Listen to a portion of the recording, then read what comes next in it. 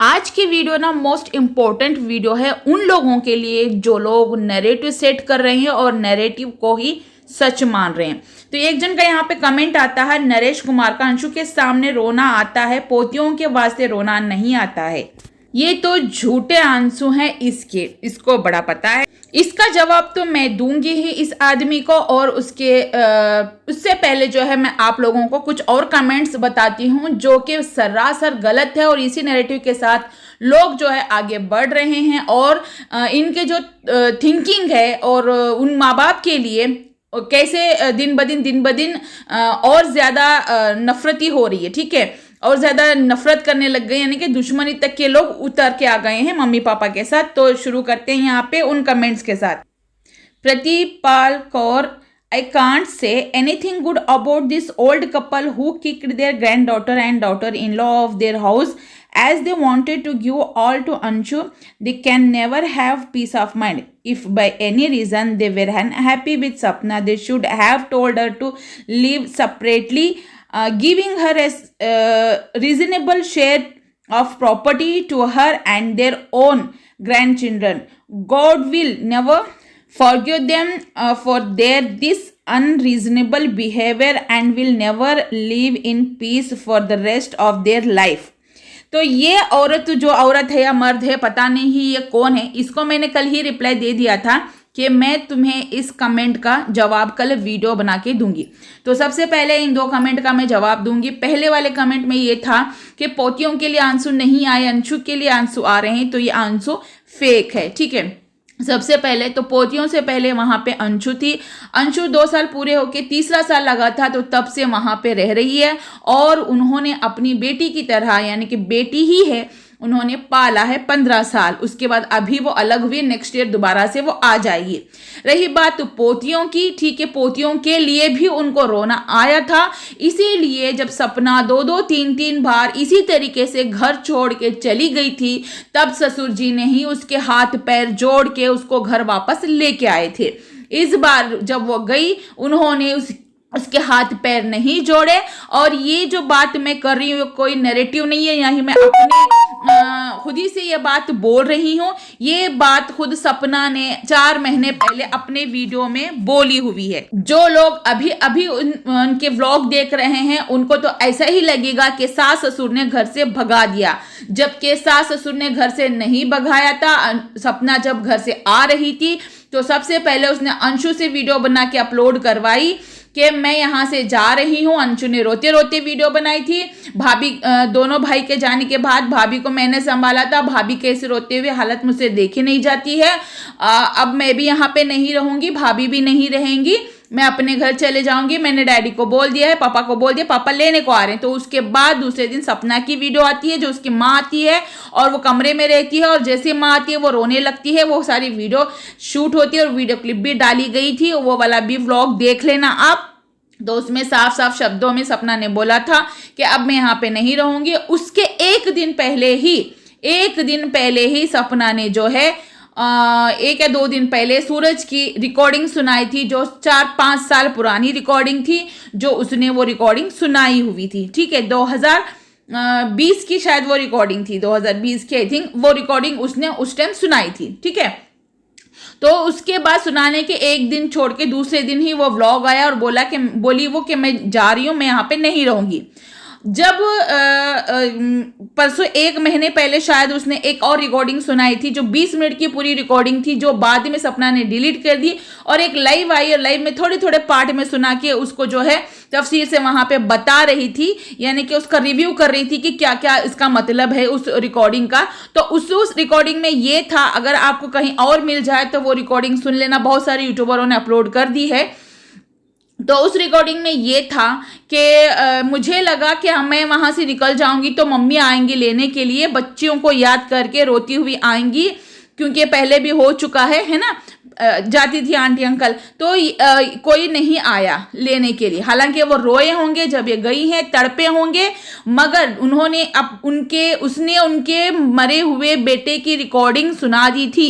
इंसान जब मरता है ना तो उसका इमेज ही रहता है, दुनिया में कुछ भी नहीं रहता, उसकी हड्डियां तक नहीं रहती दुनिया में, ठीक है, रहते हैं तो उसके कर्म और उसका इमेज, वो उसने उसकी धज्जियां उड़ा दी थी मरे हुए बेटे की, तो उनको उस चीज का बुरा लगेगा ही ना कि ये सारी रिकॉर्डिंगें सुना के जा रही है, तो इसको जाना ही था तो जाने दो, क्योंकि बहुत झगड़ा कर चुकी थी और रिश्तेदार भी आए थे समझाने को, वो समझ नहीं रही थी, अपने आप को कमरे में बंद कर ली थी, तो इसी वजह से उन्होंने भी जाने दिया।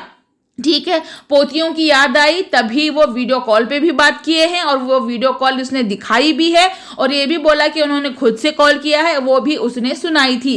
पोतियों की याद आई थी तभी दिवाली के टाइम पे उसने मना किया था कि यहाँ पे मत आना, मगर फिर भी बिन बोले वो चले गए थे। बाद में उसने अंशु को कॉल की और अंशु ने बोला मम्मी पापा तो सुबह ही निकल चुके हैं आरोही से मिलने के लिए, और इसने मना भी किया था मगर उस बात को इसने अधूरी कर दी। वो रिकॉर्डिंग भी इसने सुनाई थी जब मम्मी पापा मिलने को गए, ये खुद नहीं आई, उसके भाई के थ्रू उन बच्चियों को भेज दिया था। वो अलग दूर खड़े रहे और वहां बच्चियों को मिले थोड़ी देर के लिए, वहां पे धीरज भी था साथ में, फिर वापस वो चले गए।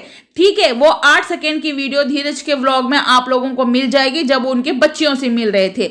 जब रही बात प्रॉपर्टी की, जब उसने रिकॉर्डिंग सुनाई थी, जो ये दूसरा कमेंट है, ये जो बोल रहे हैं कि किक आउट किया, उसको भी इसी सवाल का जवाब मिल जाएगा कि जो किक आउट किया करके बोल रहे हैं ना कि लात मार के भगा दिया पोतियों को और बहू को, किसी ने उसको लात मार के नहीं भगाया है। ऐसे 2-3 बार वो निकल चुकी थी, उसको पकड़ पकड़ के लेके आए थे ससुर जी माफी मांग मांग के। ठीक है, हालांकि गलती ना होने के बावजूद भी उसको लेके आते थे, आजा बेटा।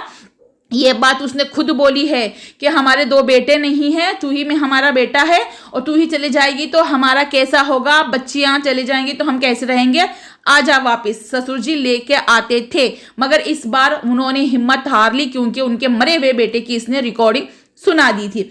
जो भी हो, और वो जब प्यार करता था, मनाता था, गिफ्ट लाता था, चॉकलेट लाता था, लेटर लिखता था, फूल लिखता देता था, सॉरी बोलता था, उसका कुछ नहीं बोली। क्या किसी पति पत्नी में नोकझोंक नहीं होती है? क्या किसी पति पत्नी में लड़ाइयां नहीं होती? क्या कोई पति पत्नी रोता नहीं है? उसका मुद्दा बना दिया अलग जाने के लिए। तो इस वजह से वो लोगों ने उसको वापस नहीं बुलाए। ठीक है, फिर जब अंशु ये बात पता चली कि प्रॉपर्टी बांट देना चाहिए, दे देना चाहिए, अच्छे से बोलना था, तुम चली जाओ, उन्होंने नहीं बोला कि तुम चली जाओ, वो खुद गई है, वो खुद गई है उस घर से, उन्होंने उसको नहीं भगाया है। शायद अब अगर ये वीडियो वो देख रही है तो उसको मेरा जवाब मिल गया होगा कि सास ससुर ने उसको नहीं भगाया है, वो अपनी मन मर्जी से गई है अलग। ठीक है, पहले तो उसने अंशु को प्लानिंग से अलग कर दिया, फिर बोली कि अंशु को भेज दिया तो अब मैं यहाँ पे रह के क्या करूं, अब मेरे रहने का कोई मतलब नहीं है क्योंकि राजवीर जी के बाद अंशु ने मुझे बहुत संभाला है, अब अंशु को भगा दिया तो मैं यहाँ पे क्या करूंगी। अंशु को भगाया नहीं था, अंशु ने खुद अपनी मर्जी से ही गई थी, वो भी भाभी के बातों में आके, भाभी के प्लानिंग का हिस्सा बन के। फिर जब बात आई अंशु के, वो जो मैं कह रही हूँ ना 20 मिनट की रिकॉर्डिंग है, उसमें अंशु ने बात बोली थी जो मुझे इंग्लिश मीडियम से हिंदी मीडियम डाल दिया गया है, वो है, तो वो बोल के दे रही थी कि तू बोलना, तू करना, तू खुद कमाती, तू एडमिशन ले ले, तो हॉस्टल में रह ले, उसको सिखा के दे रही थी।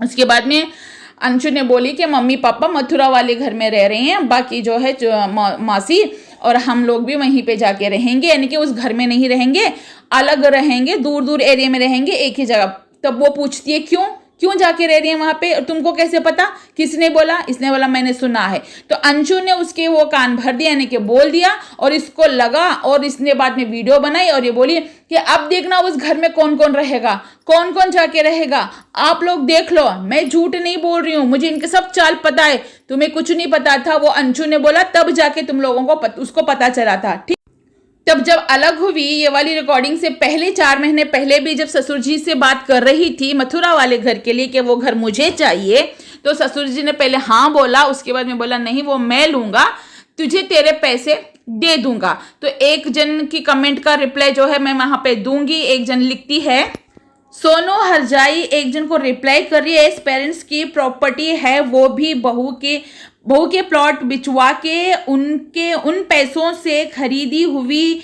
वो पेरेंट्स की हुई या बहू की, ये तो साफ पता चल रहा है।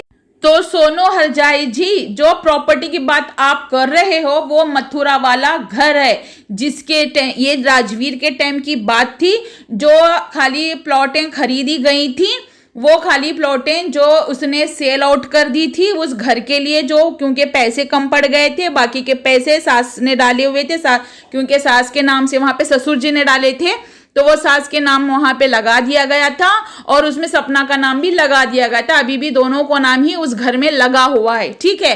तो उन्होंने ये बात बोली थी कि वो घर बेच देते हैं, तुम्हारे पैसे तुमको दे देंगे वापस। तो इसने वहां पे साइन करने से मना कर दिया, क्योंकि वो चाहती थी कि वो पूरा का पूरा घर उसको दे दिया जाए, जो बड़ा घर वहां पे बनवा रहे थे राजवीर जब जिंदा था उस टाइम की बात थी। रही बात अभी शिवपुरी का घर जो है वो अंकल आंटी की मेहनत की कमाई है, उसमें सपना की कोई कमाई नहीं है। सपना तो शादी के बाद अभी 2-3 साल से चैनल चला रही है, ठीक है। उसके बाद जो भी खेत हैं, जो फार्म हाउस बनाया गया है और जो खेत जो है वो दादा के है ना, दादा परदादा की प्रॉपर्टी है, ठीक है। उनके ससुर के बाप की प्रॉपर्टी, अंशु के बाप की नहीं, सॉरी, ना सपना की बाप की है, ठीक है, ना अंशु की ना सपना की, वो उनके दादा की प्रॉपर्टी है, सूरज और राजवीर के दादा की प्रॉपर्टी, जो पीढ़ी दर पीढ़ी उनको मिली है।